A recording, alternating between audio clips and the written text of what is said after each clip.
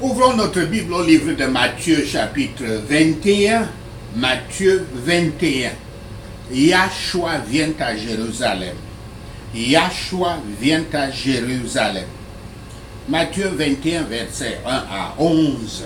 Le Christ entre dans Jérusalem. L'entrée de Yahshua à Jérusalem est un tournant décisif dans le récit évangélique de Matthieu. Il termine son ministère galiléen et voyage à Jérusalem et commence le récit tragique de la Passion. C'est un événement marqué par le caprice du peuple, les caprices du peuple, et qui manifeste un mélange de vérité et d'ironie. La vérité est que Yahshua est vraiment le Messie.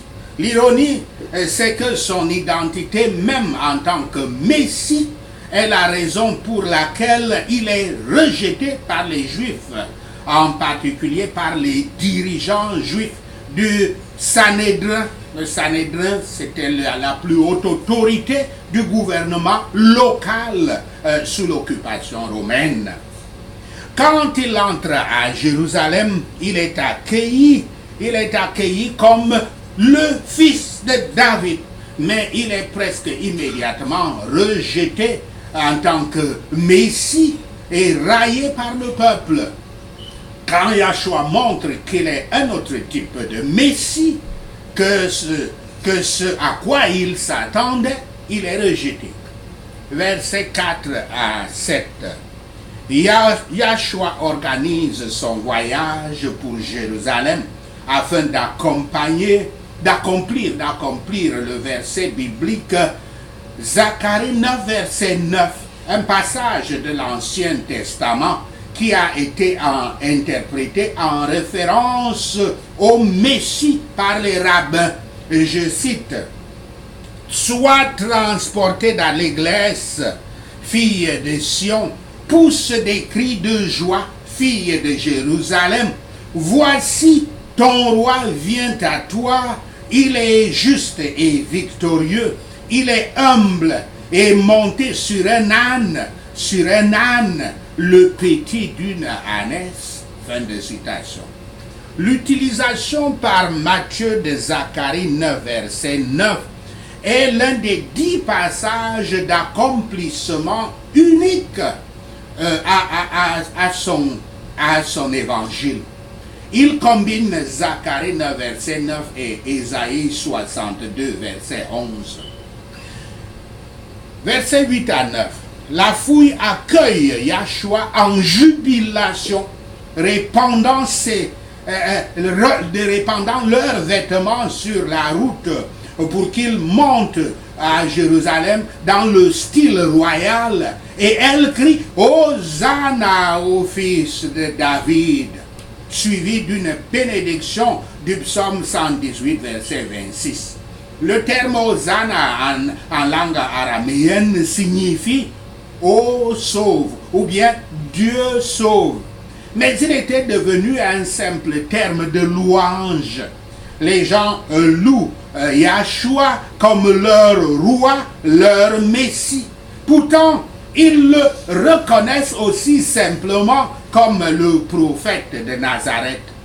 Comme l'a décrit le prophète Zacharie, lorsque le Christ apparaîtrait dans sa gloire, c'est dans sa douceur et non pas dans sa majesté, dans la miséricorde d'œuvrer au salut.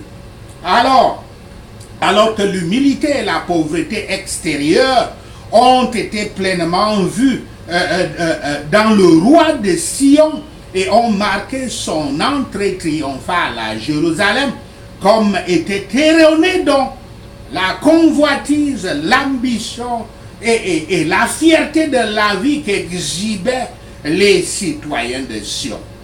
Ils apportèrent l'âne, mais Yahshua ne l'utilisa pas sans le consentement du propriétaire. Les pièges étaient tels qu'ils étaient partout.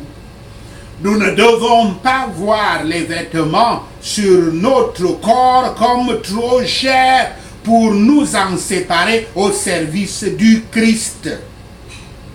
Les principaux sacrificateurs et les anciens s'étaient ensuite joints à la multitude qui l'avait maltraité sur la croix, mais aucun d'eux ne se joignit à la multitude qui lui faisait honneur.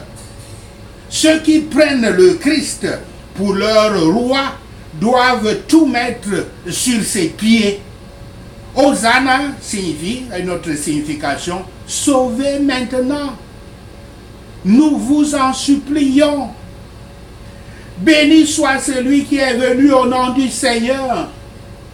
Mais de combien peu de valeur sont les applaudissements du peuple? La multitude changeante rejoint le cri de l'heure, que ce soit Hosanna ou crucifiez-le. Les multitudes semblent souvent approuver l'évangile, mais peu deviennent des disciples cohérents. Quand Yahshua vint à Jérusalem, toute la ville était émue. Certains étaient peut-être émus de joie qui attendaient la consolation d'Israël. D'autres, des pharisiens, des scribes, des sadduciens, des hérodiens, étaient émus de jalousie. Les mouvements dans l'esprit des gens sont si variés à l'approche du royaume du Christ. Matthieu 21, versets 12 à 17. Ils chassent ceux qui ont profané le temple.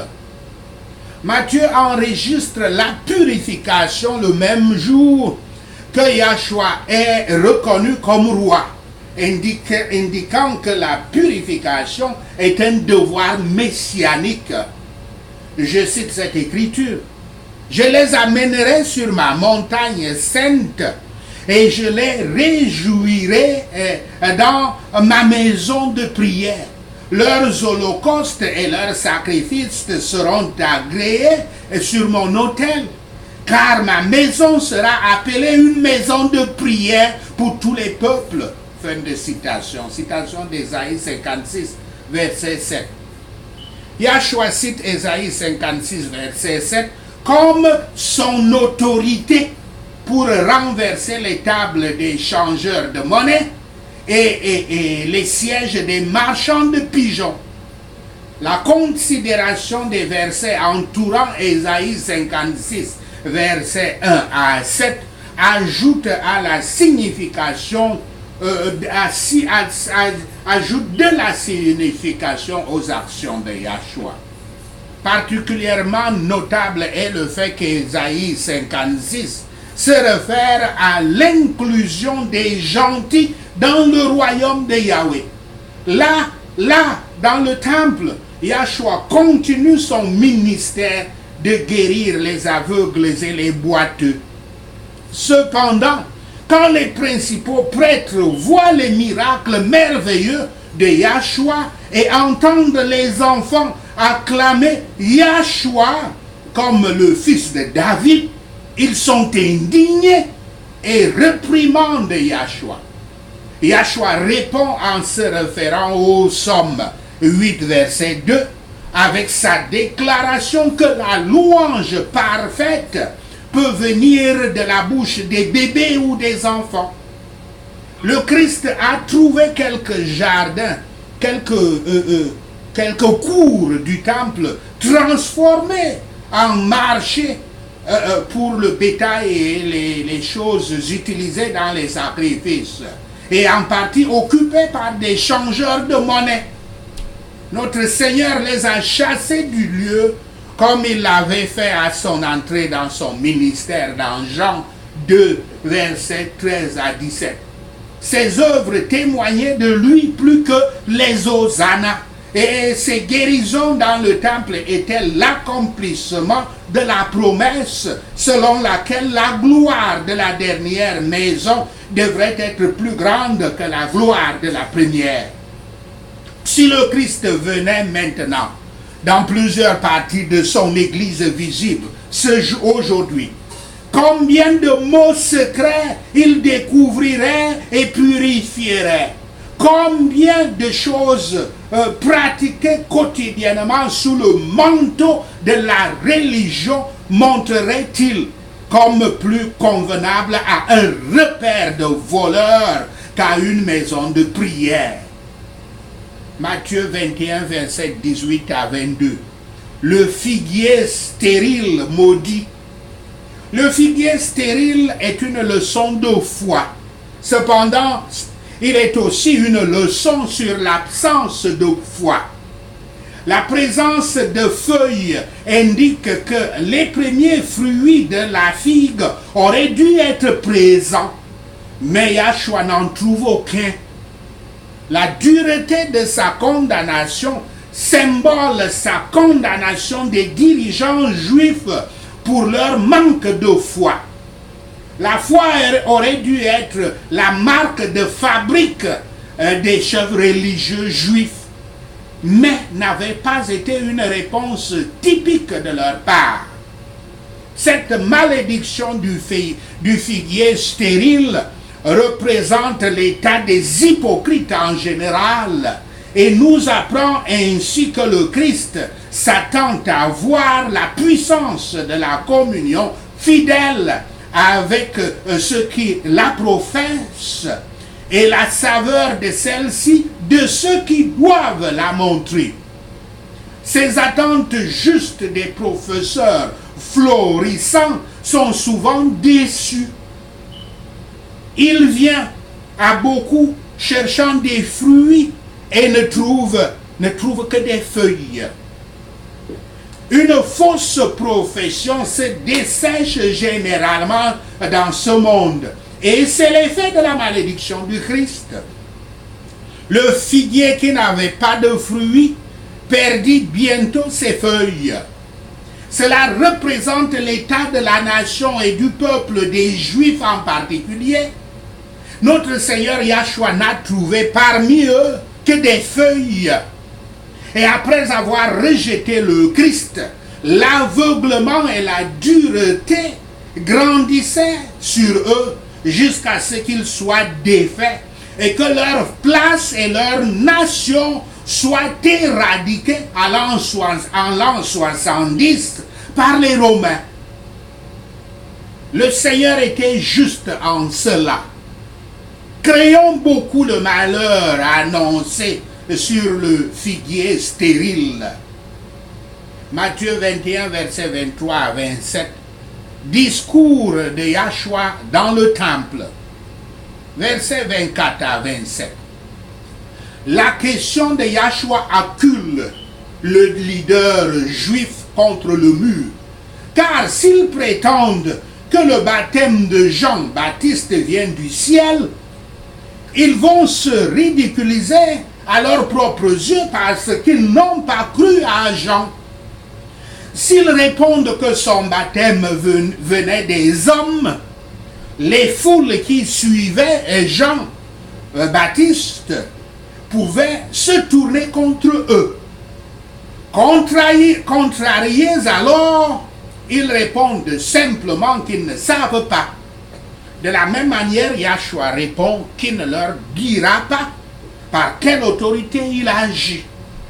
Cet échange illustre bien la tension croissante et l'opposition de la direction du gouvernement juif et la réponse ferme de Yahshua. Alors que notre Seigneur Yahshua apparaissait ouvertement comme le Messie, les principaux sacrificateurs et les scribes étaient très offensés, spécialement parce qu'il les exposait et enlevait les abus qu'ils encourageaient.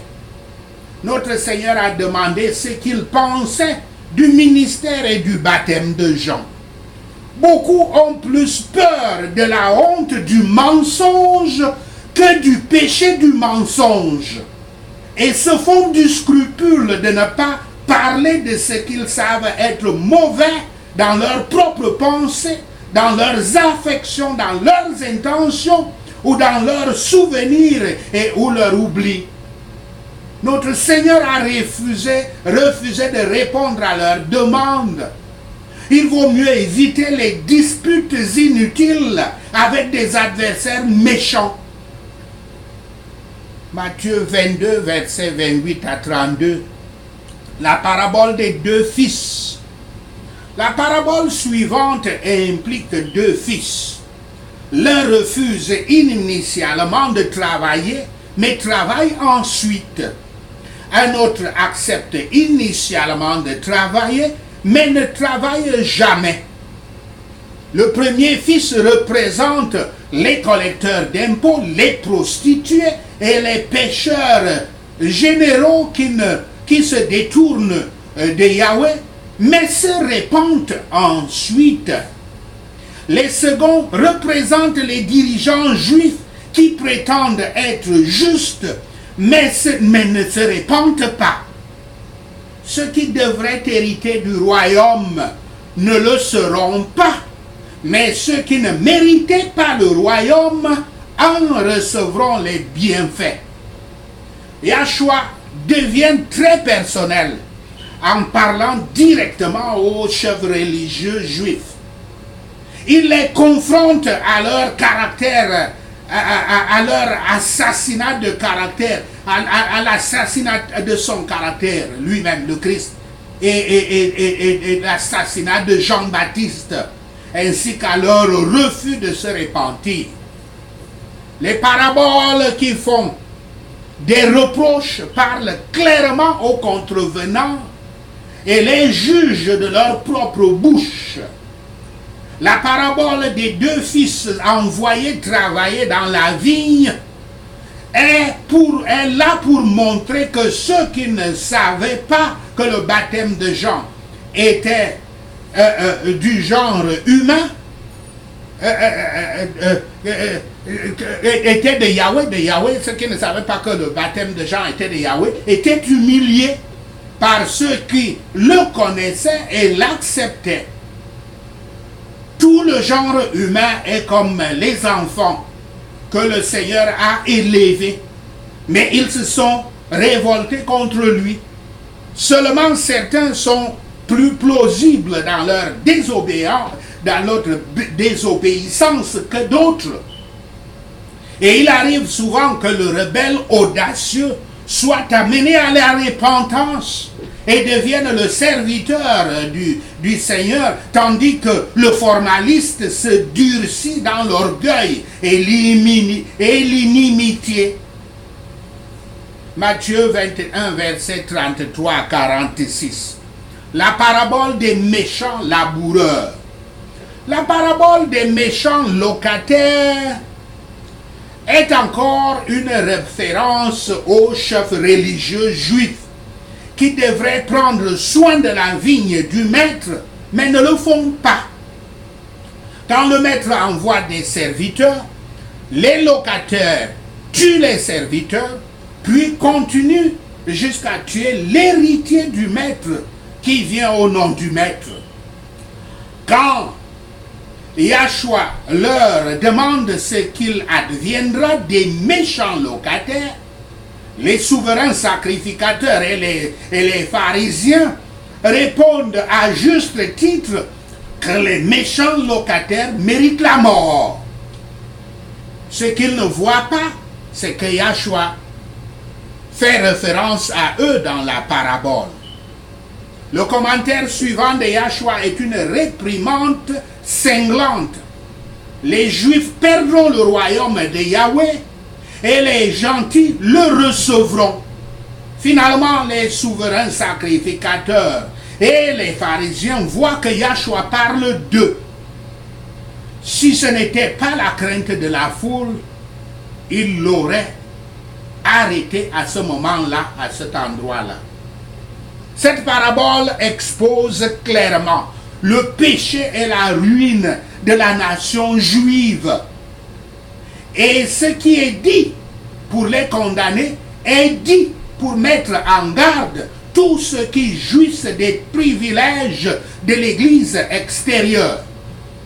La façon dont les gens traitent les hommes de Yahweh les hommes de Dieu, ils traiteront de même Yahshua lui-même s'il était avec eux. Comment pouvons-nous, si on était fidèle à sa cause, attendre un accueil favorable de monde méchant et de professeurs, des enseignants impies du christianisme? Et demandons-nous si nous qui possédons la vigne et tous ses avantages produisons des fruits en temps voulu, en tant que peuple, en tant que famille et en tant que personne mise, séparée du monde. Souvenez-vous que les fruits que notre Seigneur Yahweh attend de nous, c'est des âmes qui ont été transformées en disciples du Christ, en chrétiens. Ce sont les fruits qui sont, ce sont des fruits qui sont de cet arôme qui plaît à Yahweh.